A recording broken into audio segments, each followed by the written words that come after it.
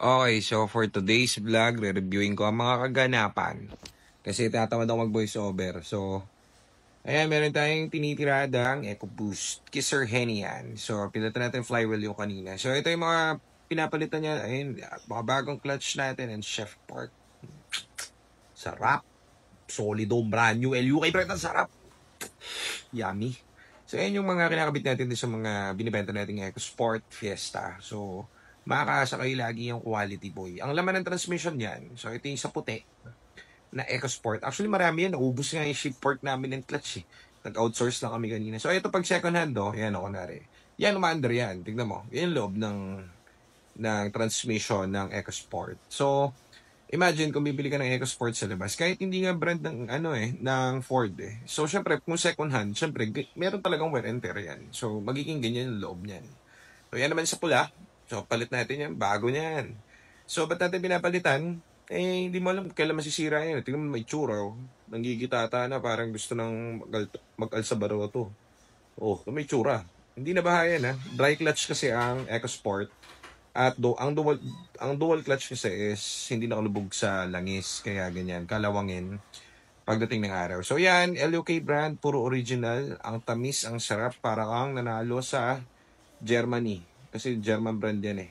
So ganyan yan. Balot na balot ng pag-ibig para walang moisture. So puro brand yung kinakabit natin. Magtataka ka, ibang buy and sell, papagawa siguro change oil. Sa amin matindi eh. Buong transmission eh. Kung bakit? Kasi to make sure, para quality, di ba? Saka makakita ganun. Eh, ang presyo na binibenta natin ng EcoSport at Fiesta, same value lang as market value. Magtataka ka, no? Eh, kasi syempre, in-house nga yan, yung mga mechanic natin. Yung parts natin, sa atin din lahat yan. So, lahat yan, tayo ang may means. Kasi guys, kapag ka bumili ka ng EcoSport sa labas, kahit sabihin nila sa inyo na goods yan at, kumbaga, maintained. Mga maintained yung mga yan, no? Pero tignan mo, di ba? Kasi syempre, ang tagal na nila gamit yan. Imagine ang EcoSport na yan, yung first owner na may-ari niyang pula. Imagine mo, 2015 yan. Anong taon na ngayon? 10 years na. So syempre, ganyan ang loob talaga niyan. Wala ka na magagawa doon. So yun ang wear and tear niyan. Ngayon, pag yan pinalitan mo ng brand new, edi another 10 years na naman yun. So syempre, dito ako bibili lagi. Always GTA, di ba? So, ganyan yun. No? Kaya pinapakita ko sa inyo. Nakalibre ka na ng buong trani. Tapos refresh pa yung engine. Naku, napakasarap naman nun. Iho. Diba? Wala ka nang aatupagin. Bibili ka na lang. Ang saya pa ng buhay mo. May after sales pa yun. Malupit. O, so ito nakabili ng pula. So, actually, lahat naman yung palit. Kaso, hindi natin binibidyoan lahat. Kasi, syempre, wala naman akong time mag-vlog lahat yan. Isa-isahin ko lahat yan. Ang dami niyan, ha?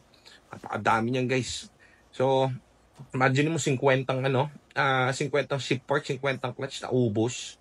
Napakyaw namin, kakakabit sa mga unit natin. Tapos at the same time, may mga nagpaparepair din. So tumatanggap tayo ng mga repairs ng EcoSport, Fiesta, Focus, yan.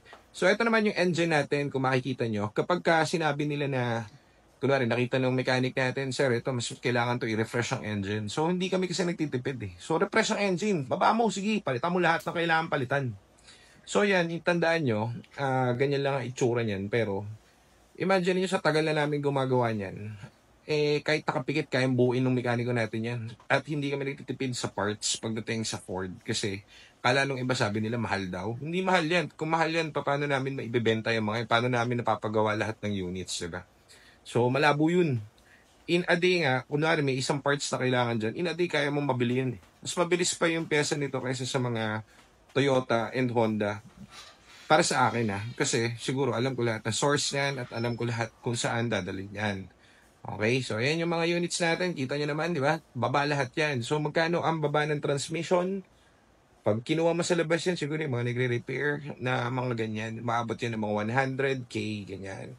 Pag mga shift part lang, siguro mga 70 lang. Pag buo, set, clutch, and shift part, mga 100, 220, 130, mga ganyan. It depends. So, kung ano yung mga gagawin dun sa unit. So, lahat yan, birawin mo, nakalibre ka ng 130 plus K dahil second hand yung binili mo pero halos lahat brand new. Ito, pinarepair lang itong blue. Ito, tingnan mo yung blue ni EcoSport na yan. Kakabili lang niya noon, naman, dinala na sa amin. Hindi sa amin nabili yun. Tumirik sa Tagaytay yun, nag-overheat yung makina. Pero gawa niya yun, nandun na yung makina na nakabalik na. Ganyan din yung ginawa namin dyan. Overhaul ng engine, So, makakaasa kayo dito na, ayan o, di namin ay, sino yung Titan? So, head mechanic natin yan, si Kuya Edu, naligo. Dahil mainit ang panahon. Tapos biglang umulan, kaya trip na naligo siya. So, ayan, dito tayo ngayon sa shop. Kita nyo naman, andito na yung mga tapos natin na units. So, piniprepare na kasi yan, may maraming dumalaw sa atin at bumili ng mga units sila. So, kung ba't sila bumibili ng unit? Dahil nga dun yun. So, meron kaming mga units na, kunwari, after, ang kaya kasi namin is gawin proper yung kotse, kunwari, transmission and engine proper. Kaso, minsan, may mga kliyente kasi kami, ginawa na kaming mismong Ford. So, kunwari, after nila makabili ng siguro 5 months, may maramdaman sila, kunwari dun sa suspension. Nagsususpension na rin kami. So, umangat lang ng umangat. So, kumbaga, sinakop na lang din namin lahat para lahat ma-perfect natin. So, at least yan, meron kayong reference. Gawin nyo kami option pag bibili kayo ng Ford. At ako ay tapos na mag-vlog for today. Inisa ko na lang. Ganda pala lang ganitong format. Thank you, Lord. At kayo ay sa akin bumili dito. Dalawin nyo ako. Bigyan nyo ako foods at pizza. Salamat po.